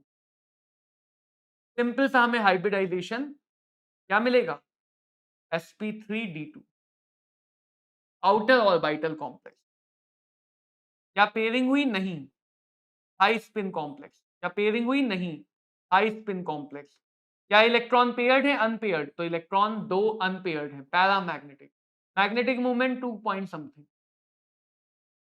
तो जब भी कॉम्प्लेक्स कंपाउंड में कलर, मैग्नेटिज्म और इस बेस पे क्वेश्चन आते हैं, बिना एनालाइज किए डायरेक्टली करने की बेवकूफी मत कर। डायरेक्टली करने की बेवकूफी की तो फिर भाई फिर तो गड़बड़ है, फिर तो मामला खराब होगा। तो डायरेक्टली करने की गलती नहीं करेंगे बच्चों हम लोग, हम पेयरिंग नॉन पेयरिंग से समझेंगे बातों को और फिर सॉल्व करेंगे। जैसे मैं तुम्हें एक छोटा सा एग्जांपल दिखाता हूं, ये वाला, कौन कौन यहाँ पे पैरामैग्नेटिक है, कौन कौन यहाँ पे पैरामैग्नेटिक है, ये है पेरोक्साइड। कैसे पता, सोडियम के ऑक्सीडेशन नंबर पता है, ऑक्सीजन की निकाल लो, सीजियम की पता है ऑक्सीजन ऑक्सीडेशन नंबर निकालो। पूरी इनऑर्गेनिक केमिस्ट्री में पैरामैग्नेटिज्म के तीन केसेस। पहला, ऑड इलेक्ट्रॉन मॉलिक्यूल, ऐसा कोई भी आयन या मॉलिक्यूल जिसके पास ऑड नंबर ऑफ इलेक्ट्रॉन है वो हमेशा पैरामैग्नेटिक होगा।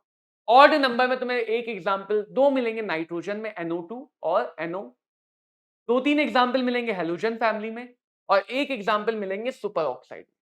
तो odd electron molecules are always paramagnetic. दूसरा, इवन मॉलिक्यूल जो मॉलिक्यूलर ऑर्बिटल थ्योरी में आते हैं जिनके पास 10 या 16 इलेक्ट्रॉन है, मॉलिक्यूलर ऑर्बिटल थ्योरी के अकॉर्डिंग वो भी पैरामैग्नेटिक होते हैं। ऑड इलेक्ट्रॉन में सारे, इवन में 2, 10 और 16 वाले, और उसके अलावा केस आएंगे complex.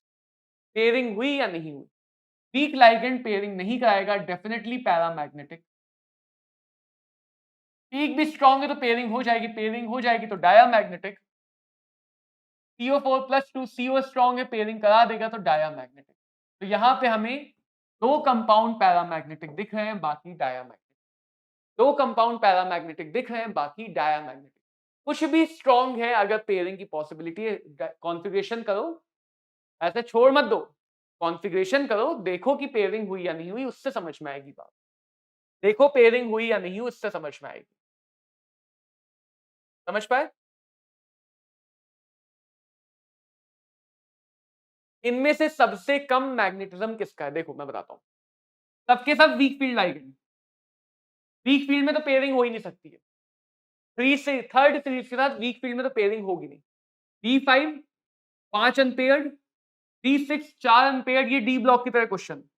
D7 3 unpaired and chromium 2 plus D4 4 unpaired. सबसे कम, जिसमें सबसे कम अनपेयर्ड इलेक्ट्रॉन, सबसे कम उसमें मिलेगा जिसमें सबसे कम अनपेयर्ड इलेक्ट्रॉन। तो ऐसे क्वेश्चन तुम्हें मिलेंगे VBT के ऊपर, जहां पे तुम्हें ये सब बातें देखनी। स्क्वायर प्लेनर कॉम्प्लेक्स में कौन कौन सी डी ऑर्बिटल होती है, तो डी ऑर्बिटल हमेशा वहां पे dx² माइनस y² होती है। स्क्वायर प्लेनर कॉम्प्लेक्स में D orbital dx² minus y² होती है। तो VBT में बहुत सारी इंपॉर्टेंट बातें हैं जिनको समझना है। अगर बात करें CFT की, तो तीसरी और आखिरी थ्योरी होती है। तो यहां पे मान लिया था कि पूरी तरह से बॉन्ड कैसा है, आयोनिक। लाइगेंड कैसे, पॉइंट चार्जेस। लाइगेंड जो डी ऑर्बिटल इक्वल एनर्जी तो उनको रिपेल करते हैं, कुछ को ज्यादा कुछ को कम, जिसकी वजह से डी ऑर्बिटल की डीजेनरेसी खत्म हो जाती है। डीजेनरेसी का मतलब ऑर्बिटल की एनर्जी सेम होना, ऑर्बिटल की एनर्जी इक्वल होना। तो डीजेनरेसी खत्म होने के समय स्प्लिटिंग मिलती है। देखो कैसे, डी में 5 ऑर्बिटल हैं, ठीक है, कितनी है, 5, XY YZ ZX x² minus y² and z², पांचों की एनर्जी सेम होती, बट ये तीनों है नॉन एक्सियल, एक्सिस के बीच में आती। इनके शेप याद करो, तो ये तीनों नॉन एक्सियल है, एक्सिस के बीच में आती हैं, और ये दोनों है एक्सियल, ये दोनों है एक्सियल। तो होता क्या है, जब ऑक्टाहेड्रल मॉलिक्यूल होता है यानी कोऑर्डिनेशन नंबर 6 होता है,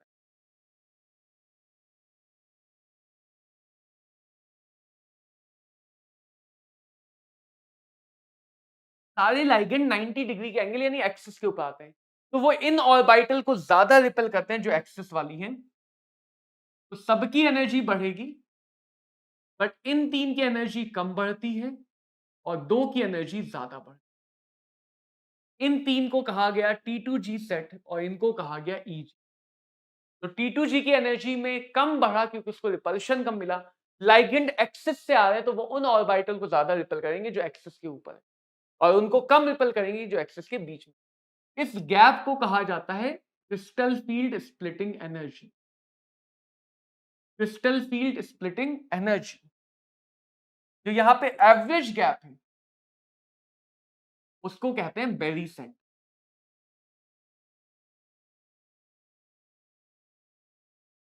ये ऊपर वाला 3/5, नीचे वाला ले लो तो 3/5, 0.6 डेल नॉट ऊपर होता है और नीचे वाला 0.4 डेल नॉट नीचे minus sign.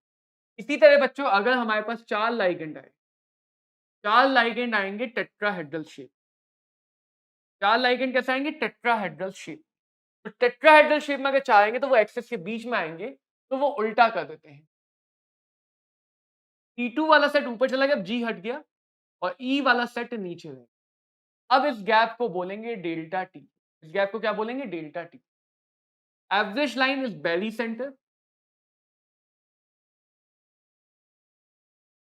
Average line is still barycentre and इस बार ये होगा 0.4 डेल टी ऊपर और ये होगा 0.6 डेल टी, ताकि 6 इंटू 2 और 4 इंटू 3 दोनों ऐड होकर 0। तो ये हमें स्प्लिटिंग देखने को मिलती है ऑक्टाहेड्रल और टेट्राहेड्रल फील्ड। स्प्लिटिंग देखने को मिलती है ऑक्टाहेड्रल और टेट्राहेड्रल फील्ड में, जिससे हम कैलकुलेट करते हैं सीएफएसई। देखो कैसे, मान लो D4 है ऑक्टाहेड्रल कॉम्प्लेक्स, तो दो बातें होंगी। एक वो लाइगेंड जो ज्यादा स्प्लिट करते हैं उनको बोलते हैं स्ट्रॉन्ग फील्ड लाइगेंड। वो लाइगेंड जो ज्यादा स्प्लिट करते हैं उसको बोलते हैं स्ट्रॉन्ग फील्ड लाइगेंड, और वो लाइगेंड जो स्प्लिट कम कर पाते हैं उसको बोलते हैं वीक फील्ड लाइगेंड।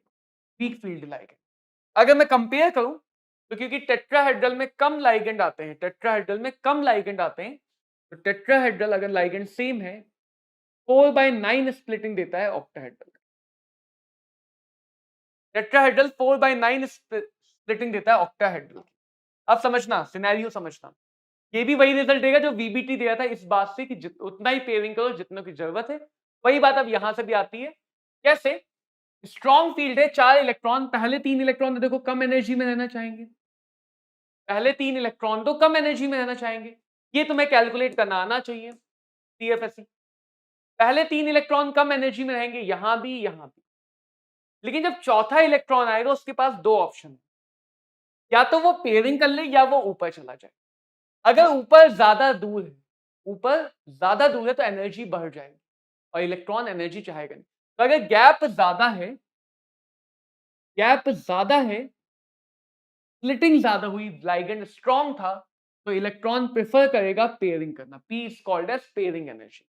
अगर गैप कम है, अगर गैप कम है तो लाइगेंड ऊपर जाके अनपेयर रहना चाहेगा, यानी लाइगेंड हर बार उस एनर्जी को, इलेक्ट्रॉन हर बार उस एनर्जी को प्रेफर करेगा जो कम मैग्नीट्यूड, जो कम मैग्नीट्यूड। अगर सीएफएसई निकालें तो 4 इलेक्ट्रॉन ईजी में है, 4 इलेक्ट्रॉन T2G में है, जो होता है -0.4 डेल नॉट, और एक इलेक्ट्रॉन की पेयरिंग हुई तो 1 टाइम्स ऑफ पेयरिंग एनर्जी। एक इलेक्ट्रॉन की पेयरिंग की एनर्जी को पेयरिंग एनर्जी। यहां पे सीएफएसई निकालें, 3 इलेक्ट्रॉन नीचे है, नीचे वाला लेवल 0.4 डेल नॉट, एक इलेक्ट्रॉन ऊपर है, ऊपर वाला 0.6 डेल नॉट। कितना आएगा? -1.2, 0.6 -0.6 डेल नॉट। यहां पे कितना आ जाएगा? -1.6 del naught plus pairing energy. और सीएफएसई को हम क्रिस्टल फील्ड स्टेबलाइजेशन एनर्जी भी कहते हैं, क्योंकि जितना ज्यादा सीएफएसई कम होगा उतनी ज्यादा स्टेबिलिटी, सीएफएसई जितना कम होगा उतनी ज्यादा स्टेबिलिटी। या देखो यहां पे,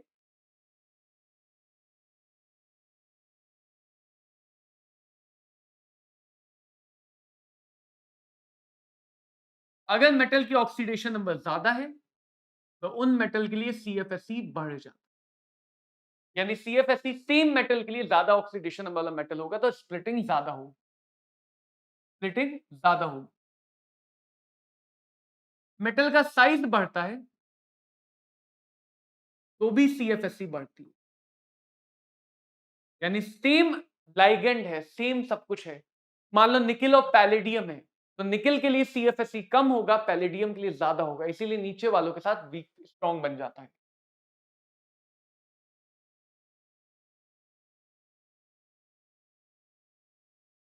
ज्यादा लाइगेंड्स आएंगे तो वो ज्यादा फील्ड प्रोड्यूस करेंगे, ज्यादा अट्रैक्शन रिपल्शन जो भी करेंगे, सीएफएससी फिर से बढ़ जाएगा। तो सीएफएससी 4 बातों पर डिपेंड करता है।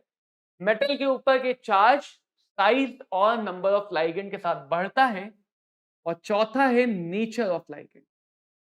नेचर ऑफ लाइगेंड जिसके लिए बच्चों हम लोग समझते हैं स्पेक्ट्रोकेमिकल सीरीज। जिसके लिए हम लोग क्या समझते हैं? स्पेक्ट्रोकेमिकल सीरीज, जहां पे लाइगेंड्स को उनकी स्ट्रेंथ के इंक्रीजिंग या डिक्रीजिंग ऑर्डर में अरेंज किया जाता है। जहां पे लाइगेंड को उनके स्ट्रेंथ के इंक्रीजिंग या डिक्रीजिंग ऑर्डर में अरेंज करते हैं। कैसे? जरा देखो,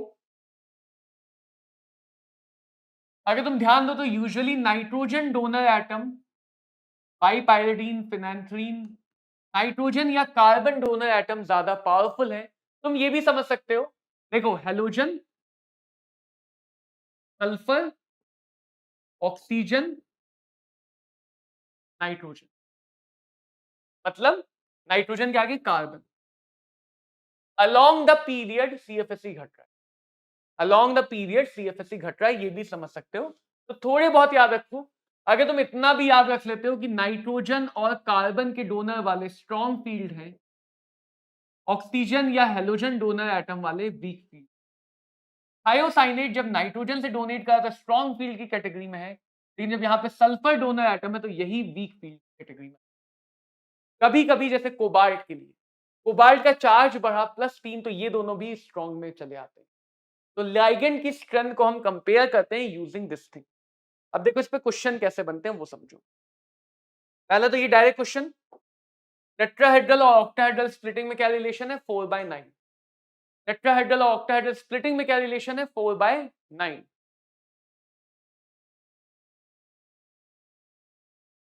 इसके लिए डेल्टा नॉट सबसे ज्यादा होगा।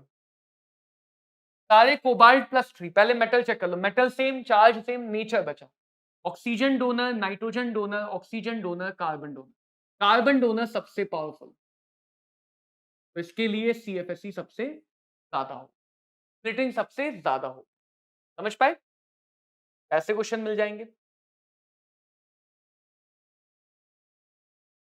ये क्वेश्चन समझना, होमोलिप्टिक ऑक्टाहेड्रल कॉम्प्लेक्स से L1 L2 L3 are the absorb wavelength green blue red, the increasing order of ligand strength. समझो इस बात को कि जो कलर है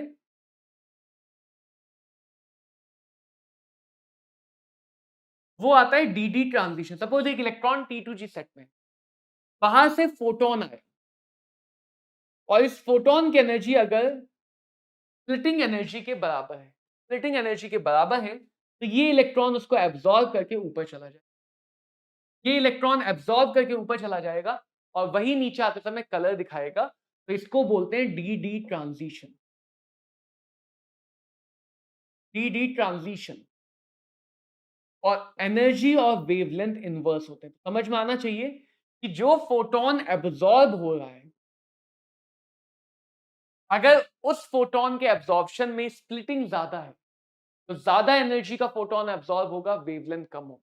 तो सबसे पहले देखो, ग्रीन ब्लू और रेड, वेवलेंथ का ऑर्डर है सबसे ज्यादा होगी रेड की और सबसे कम होगी ब्लू की। ऐसे क्वेश्चन मिलने के चांसेस होते हैं। ग्रीन ब्लू और रेड ये हो गया वेवलेंथ, ठीक है। वेवलेंथ अगर ऐसा है, ब्लू कौन सा लाइगेंड है? ब्लू है L2। ग्रीन कौन सा है? ग्रीन है L1। रेड कौन सा है? रेड L3 होगा फिर। तो जो इनकी स्प्लिटिंग है वो रिवर्स ऑर्डर में होगी, जिसके लिए वेवलेंथ सबसे कम उसके लिए स्प्लिटिंग सबसे ज्यादा, जिसके लिए वेवलेंथ सबसे कम उसके लिए स्प्लिटिंग सबसे ज्यादा। तो जो लाइगेंड स्ट्रेंथ है वो L2 greater than L1 greater than L3। दो तरह से क्वेश्चन बन सकते हैं। तुम्हें वेवलेंथ बता दी तो स्ट्रेंथ पूछ ली, तुम्हें लाइगेंड के नाम बता दिए, लाइगेंड के नाम पता है तो तुम्हें उनकी स्ट्रेंथ पता है। लाइगेंड के नाम पता है अगर तुम्हें बच्चों, उनकी स्ट्रेंथ पता है, ये वाली स्ट्रेंथ पता है। जिसकी स्ट्रेंथ ज्यादा उसकी वेवलेंथ सबसे कम। तो सीओ के केस में सबसे कम वेवलेंथ एब्जॉर्ब होगी और आयोडीन के केस में सबसे ज्यादा वेवलेंथ एब्जॉर्ब होगी। तो लाइगेंड की स्ट्रेंथ और वेवलेंथ इनवर्स काम करते हैं। जैसे देखो, वेवलेंथ का ऑर्डर पूछा है, स्ट्रेंथ की बात करते हैं। स्ट्रेंथ वाटर की सबसे कम फिर अमोनिया और फिर NO2 माइनस, राइट। अगर ये स्ट्रेंथ का ऑर्डर है तो वेवलेंथ का ऑर्डर इसका उल्टा। अमोनिया, नाइट्रो और H2O में सबसे कम स्ट्रेंथ H2O की है, तो उसकी वेवलेंथ सबसे ज्यादा होगी। जो वेवलेंथ वो एब्सॉर्ब करेगा, जो वेवलेंथ वो फोटोन के एब्सॉर्ब करेगा, वो सबसे ज्यादा होगा, वो सबसे ज्यादा होगा। सिमिलर सा question, iron, vanadium, iron, there magnetic movement, fluorine weak field, weak field, weak field, सबके सब वीक फील्ड। वीक फील्ड में तो सोचना ही नहीं, वीक फील्ड में तो पेयरिंग होगी नहीं। D6, D5, वेनेडियम 2 प्लस, यानी कि हो गया स्कैंडियम टाइटेनियम वेनेडियम D3, और ये हो गया D6। इसका 4 पॉइंट समथिंग आएगा 4 एम्पियर, इसका 3 पॉइंट समथिंग आएगा 3 एम्पियर, इसका 5 पॉइंट समथिंग आएगा। तो सबसे ज्यादा मैग्नेटिक मोमेंट है P का, P के बाद है R, R के बाद है Q। समझ पाए कैसे किया? अगर तुम्हारे पास लाइगेंड वीक फील्ड है तो वहां तो पेयरिंग या ना पेयरिंग का सोचो ही।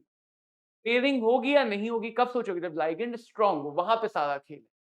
वीक फील्ड में डायरेक्टली कंपेयर कर सकते हो। D5 तक मैंने बताया था अनपेयर्ड इलेक्ट्रॉन कैसे डायरेक्टली निकालते हैं। 5 तक जितने इलेक्ट्रॉन उतने अनपेयर्ड, 5 से ज्यादा तो 10 माइनस कर दो, 6 यानी 10 minus 6, 4 unpaired electron. 4 unpaired electron तो magnetic movement 4 point something. 5 unpaired electron तो magnetic movement 5 point something. 3 unpaired electron तो मैग्नेटिक मूवमेंट 3 पॉइंट समथिंग। तो इस तरह से हम मैग्नेटिक मूवमेंट ये सारी चीजें कंपेयर करते चले आते हैं। चलो अब आगे बढ़ते हैं, थोड़ा बहुत लाइगेंड को समझ लेते हैं। दो स्पेशल लाइगेंड होते हैं, एक को बोलते हैं सिग्मा डोनर लाइगेंड, जो हमारे नॉर्मल लाइगेंड है, जो मेटल के साथ लोन पेयर को शेयर सिग्मा बॉन्ड बना देते हैं। दूसरे को बोलते हैं pi donor ligand.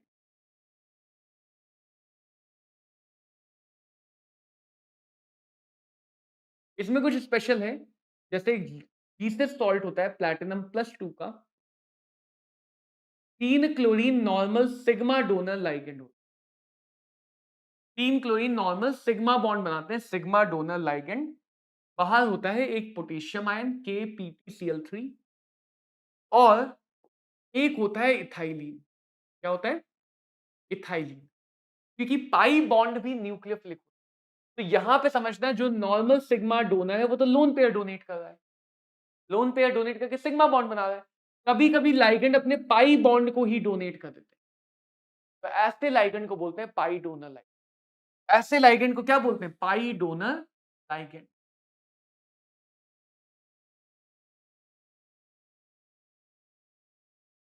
Pi donor ligand. और एक और बहुत स्पेशल टाइप है जिसको बोलते हैं पाई एसिड लाइगेंड।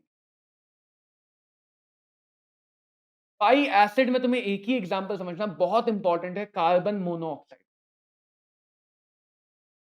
जिसके पास पाई स्टार, पाई एंटी बॉन्डिंग वेकेंट ऑर्बिटल, पाई एंटी बॉन्डिंग वेकेंट ऑर्बिटल। तो इसमें क्या होता है? कार्बन ऑक्सीजन, कार्बन ने अपने लोन पेयर डोनेट करके मेटल के साथ बनाया सिग्मा बॉन्ड। तो अभी तो ये नॉर्मल नॉर्मल सिग्मा डोनर की तरह काम कर रहा है। पाई एसिड मतलब इलेक्ट्रॉन एक्सेप्टर, एसिड मतलब इलेक्ट्रॉन एक्सेप्टर। तो जितने भी पाई एसिड हैं उनके पास कहीं ना कहीं वेकेंट ऑर्बिटल होगी। अब ये क्या करता है? अपनी वेकेंट ऑर्बिटल में मेटल से इलेक्ट्रॉन लेके पाई बॉन्ड बना देता।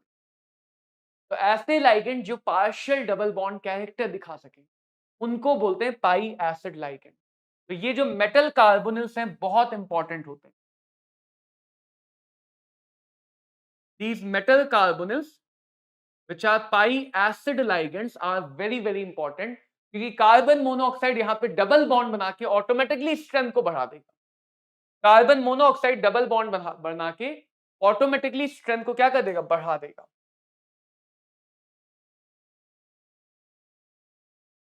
तो अगर हम बात करें कुछ मेटल कार्बोनिल्स की, वहां पे क्या होता है कि मेटल कार्बन सिग्मा बॉन्ड बनाता है कार्बन मोनोऑक्साइड डोनेट करके, एंड देन बैक डोनेशन से पाई बॉन्ड भी बनता है। कुछ कॉमन एग्जाम्पल है, उनके स्ट्रक्चर याद रखेंगे। निकिल टेट्रा कार्बोनिल, अकेला कॉम्प्लेक्स जो कोऑर्डिनेशन नंबर 5 में पढ़ा जाता है।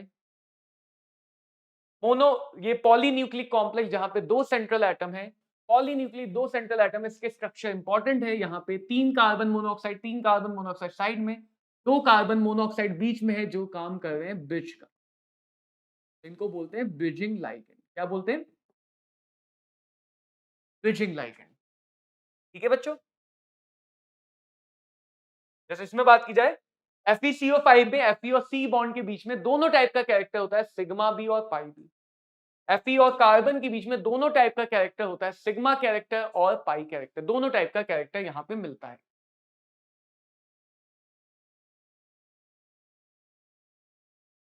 अब फटाफट बात करते हैं ऑर्गेनोमेटेलिक कंपाउंड की। ऐसे कंपाउंड, ध्यान रखना, ऐसे कंपाउंड जिसमें ऑर्गेनिक लाइगेंड हो,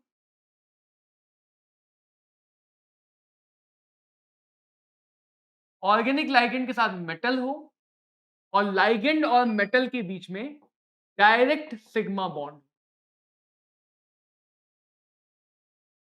मेटल और कार्बन के बीच में अगर डायरेक्ट सिग्मा बॉन्ड है तो इन्हें कहा जाता है ऑर्गेनोमेटेलिक कंपाउंड।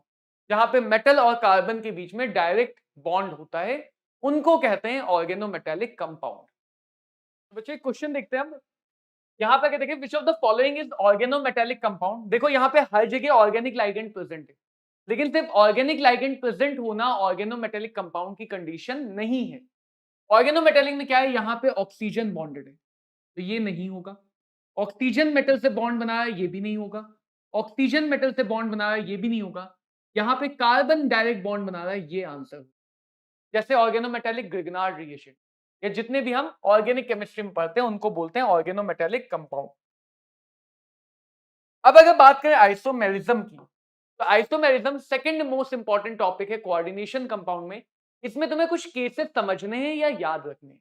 क्या होता है आइसोमेरिज्म का मतलब? जिनके मॉलिक्यूलर फॉर्मूले सेम हो, जिनके मॉलिक्यूलर फॉर्मूले सेम हो लेकिन उनकी प्रॉपर्टीज में अगर डिफरेंस हो, तो ऐसे ही कंपाउंड को तो हम बोलते हैं आइसोमर, चाहे ऑर्गेनिक में हो चाहे इनऑर्गेनिक में हो।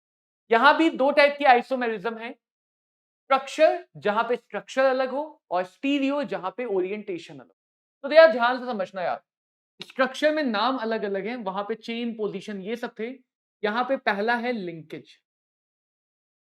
पहचानना आना चाहिए तुम्हें, फॉर्मूला नहीं याद रखना है कि कौन सा कॉम्प्लेक्स कौन सा आइसोमर है, तुम्हें पहचानना आना चाहिए। लिंकेज तभी मिलेगा जहां पे एम्बीडेंटेट लाइगेंड हो। एम्बीडेंटेट लाइगेंड जहां पे होगा, वहीं पे तुम्हें लिंकेज आइसोमेरिज्म मिलेगी। एम्बीडेंटेट का मतलब क्या हुआ कि जो एक से ज्यादा एटम से बॉन्ड बना सकता है। जैसे अगर मेटल पे मान लो NO2 लगा हुआ है, फॉर्मूला सेम, एक में NO2 बॉन्ड बना रहा है, एक में N बॉन्ड बना रहा है, एक में O बॉन्ड बना रहा है, तो ऐसे दोनों को हम बोलेंगे लिंकेज आइसोमर। तो बहुत इजी है लिंकेज आइसोमर पहचानना। या मान लो कॉम्प्लेक्स दिया है, पूछा जाए कौन सी आइसोमरिज्म शो करेगा, अगर उसमें एम्बीडेंटेट लाइगेंड है तो डेफिनेटली वो क्या शो करेगा, लिंकेज आइसोमर। दूसरी आती है, दूसरा आता है आयोनाइजेशन आइसोमेरिज्म।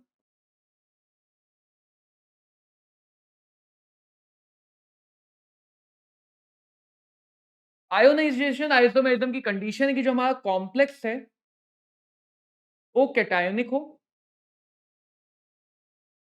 या फिर ऐसे याद रखो कि एक लाइगेंड, कम से कम एक लाइगेंड तो हो तुम्हारे पास, और जो बाहर का आयन है यानी कि काउंटर आयन, एक काउंटर आयन हो और एक लाइगेंड हो, और वो दोनों निगेटिवली चार्ज हो। कैसे हो? निगेटिवली चार्ज, क्योंकि जब निगेटिवली चार्ज होंगे तभी वो आपस में एक्सचेंज हो सकते हैं। जैसे फॉर एग्जांपल CONH3 होल 4, या CO, चलो NH3 5 ले लेते हैं, CONH3 5 सल्फेट Br। और अगर देखो ये सल्फेट आयन एनायोनिक होता है, Br एनायोनिक, अगर दोनों इंटरचेंज हो गए किसी कॉम्प्लेक्स के दूसरे फॉर्मूले में, तो CONH3 होल 5, Br अंदर आ गया, सल्फेट बाहर चला गया, तो अब ये आयोनाइज होके अलग अलग आयन देंगे। आयोनाइज होके अलग अलग आयन देंगे, यानी आयोनाइजेशन का मतलब ही है कि जो अलग अलग आयन से। तो यहाँ पे ये एक्सचेंज होना कंपलसरी हो, ये एक्सचेंज तभी हो पाएगा जब लाइगेंड और काउंटर आयन एनायोनिक हो, क्योंकि कैटायोनिक अंदर नहीं जा पाएगा, लाइगेंड नहीं बनेगा। तो आसानी से हम पहचानना सीखेंगे। कॉम्प्लेक्स आइसोमर्स, या इनको हम कोऑर्डिनेशन आइसोमर भी कहते हैं।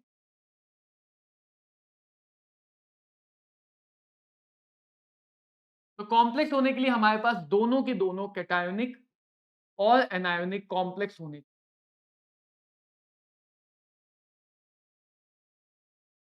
अगर लाइगेंड और सेंट्रल मेटल ही एक्सचेंज हो गए, लाइगेंड और सेंट्रल मेटल ही एक्सचेंज हो गया, जैसे for example suppose cobalt NH3 whole 6 और क्रोमियम Cl6 कॉम्प्लेक्स। अब यहां पे कैटायोनिक कॉम्प्लेक्स में कोबाल्ट सेंट्रल मेटल है, एनायोनिक में क्रोमियम है। इसके साथ क्रोमियम कोबाल्ट सपोज इंटरचेंज हो गए। अब क्रोमियम आ गया कैटायोनिक में किसी दूसरे मॉलिक्यूल में, फॉर्मूला सेम, कोबाल्ट चला गया एनायोनिक में। तो अगर सेंट्रल मेटल एक्सचेंज हो जाएंगे तो कंडीशन अगर ध्यान है तो हम आइसोमेरिज्म पहचान लेंगे। और तीसरा, चौथा जिसको बोलते हैं सॉल्वेट आइसोमेरिज्म। तो सॉल्वेट में कोई एक लाइगेंड कम से कम न्यूट्रल होना, न्यूट्रल लाइगेंड होना कंपलसरी है। न्यूट्रल लाइगेंड होगा तो कॉम्प्लेक्स दिखा पाएगा, सॉल्वेट दिखा पाएगा, जैसे CONH3 होल 6। सॉल्वेट का मतलब जहां पे नंबर ऑफ सॉल्वेंट मॉलिक्यूल अलग है। मान लो 2 Cl अंदर आ गए, तो उन 2 Cl के लिए 2 अमोनिया को बाहर जाना पड़ेगा। ये जो 2 न्यूट्रल अमोनिया बाहर गए, वो हो गया हमारा कॉम्प्लेक्स आइसोमेरिज्म, सॉल्वेट आइसोमेरिज्म। ध्यान क्या रखना है कि किसी भी टाइप की आइसोमेरिज्म में कोऑर्डिनेशन नंबर नहीं बदलती। जो नीचे वाले दोनों लिखे, सिंपल सा समझो। अगर बाहर वाला एनायन अंदर के एनायन से एक्सचेंज हुआ, बाहर वाला एनायन अंदर के एनायन से एक्सचेंज हुआ तो अलग अलग आयन देगा। बाहर वाला एनायन अगर अंदर के न्यूट्रल से एक्सचेंज हुआ तो वो अलग अलग सॉल्वेंट मॉलिक्यूल बन जाएंगे। यानी इन दोनों के लिए बाहर वाला एनायन होना चाहिए, बाहर वाला एनायन होना चाहिए। अब अगर बात करें स्पेशियल की, तो स्पेशियल में पढ़े जाते हैं दो, ज्योमेट्रिकल एंड ऑप्टिकल।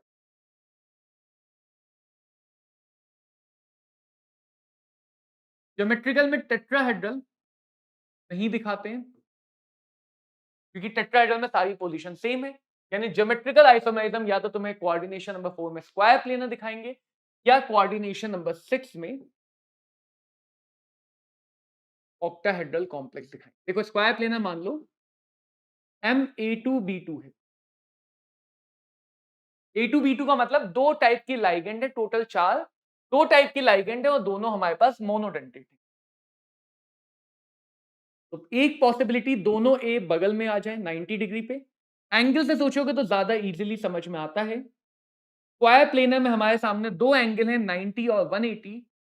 अगर दोनों 90 डिग्री पे आ गए तो पास आ गए तो इसको बोलेंगे सिस। अगर दोनों अपोजिट सेम लाइगेंड 180 डिग्री पे है तो इसको बोलेंगे ट्रांस।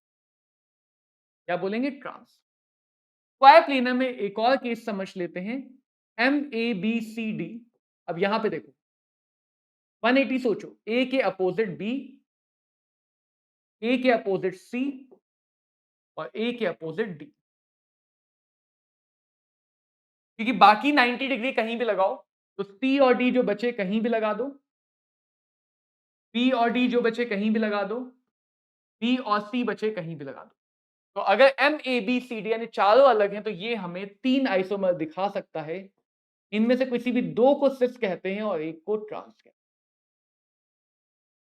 इस बेसिस पे कि मान लो ए और बी आइडेंटिकल हैं, तो ये ट्रांस हो गया, ये सिस हो गया, ये सिस हो गया।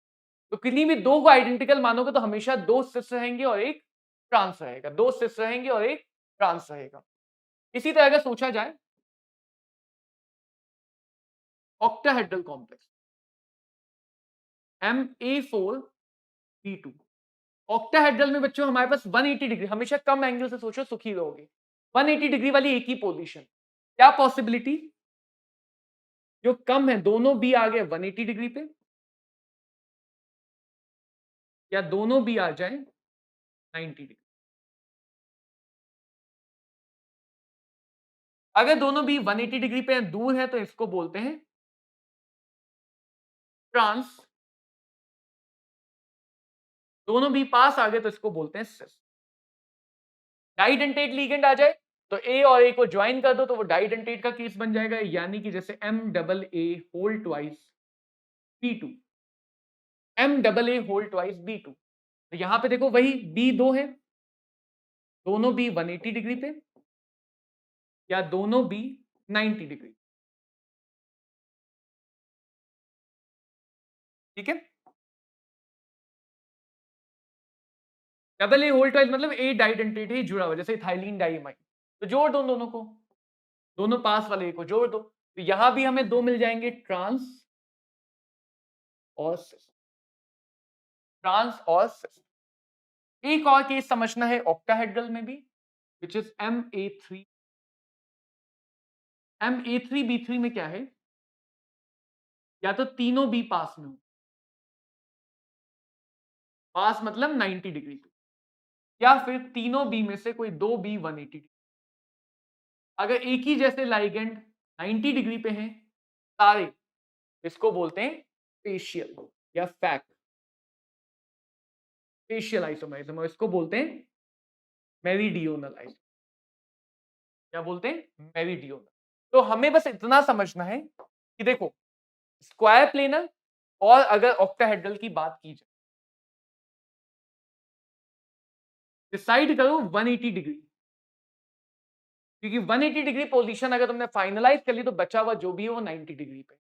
सेम ऑक्टाहेड्रल में जितने भी लाइगेंड है कम वाले लाइगेंड को चुनो, और यहां भी एक ही पोजीशन है 180 डिग्री, कोई भी एक पेयर ले सकते हो। 180 डिग्री डिसाइड कर ले तो बचा हुआ अपने आप 90 डिग्री। तो एंगल की मदद से सोच के हमें ये केसेस याद रखने कि कौन कौन से स्क्वायर प्लेनर ज्योमेट्रिकल आइसोमरिज्म दिखाएंगे, कौन कौन से ऑक्टाहेड्रल ज्योमेट्रिकल आइसोमरिज्म दिखाएंगे। अब मान लो 5 लाइगेंड सेम है, तो छठा वाला कहीं भी लगाओ कोई फर्क नहीं पड़ेगा, तो ये ज्योमेट्रिकल आइसोमरिज्म नहीं दिखा, ज्योमेट्रिकल आइसोमरिज्म नहीं दिखा। देन अगर समझा जाए ऑप्टिकल, ऑप्टिकल आइसोमर होने के लिए ऑप्टिकली एक्टिव होना है। ऑप्टिकली एक्टिव होने का मतलब non super impossible plane mirror image. तो पहला केस आता है पंखनुमा MAA होल थ्राइस, यानी 3 अगर डाइडेंटेट लाइगेंड लगे हो।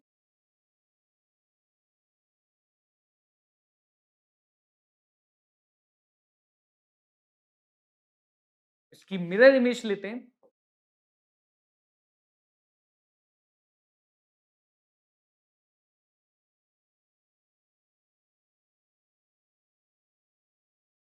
ये इधर आ गया, ये इधर आ गया, ये इधर आ गया। अब देखो ये जुड़े हुए हैं, तो जब तुम इसको उठा के ऊपर रखोगे तो सुपर इम्पोज नहीं कर पाएगा, तो इन दोनों को क्या बोलेंगे, इनएंशियोमर। इन दोनों को क्या बोलेंगे, इनएंशियोमर्स। तो इनएंशियोमर वो आइसोमर्स हैं जो एक दूसरे की non super imposable mirror image. ऐसे ही अगर MAA होल ट्वाइस B2 की बात करें, और इसकी मैं तुम्हें ट्रांसफॉर्म दिखा दूं, कभी भी ऑप्टिकल सोचना तो पहले ज्योमेट्रिकल सोचोगे। तो ट्रांसफॉर्म में प्लेन ऑफ सिमेट्री आ गई, आगे नहीं आगे, हर तरफ आइडेंटिकल प्लेन ऑफ सिमेट्री आ गई, तो ऑप्टिकली एक्टिव नहीं हो। अगर इसमें पॉस आ गया तो ऑप्टिकली इनएक्टिव। वही अगर इसकी सिस फॉर्म देखो,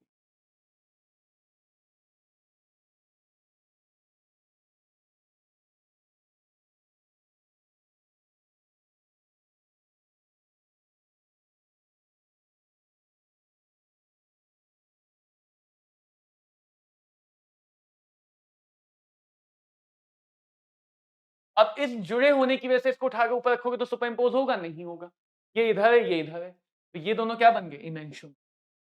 तो दो ही केस हैं, देखो नीट में इससे ज्यादा पूछा नहीं जाता, वरना हम इसको और बहुत सारे केसेस पढ़ सकते हैं, समझ सकते हैं, लेकिन ऑप्टिकल आइसोमेरिज्म में दो ही केस पढ़ने हैं।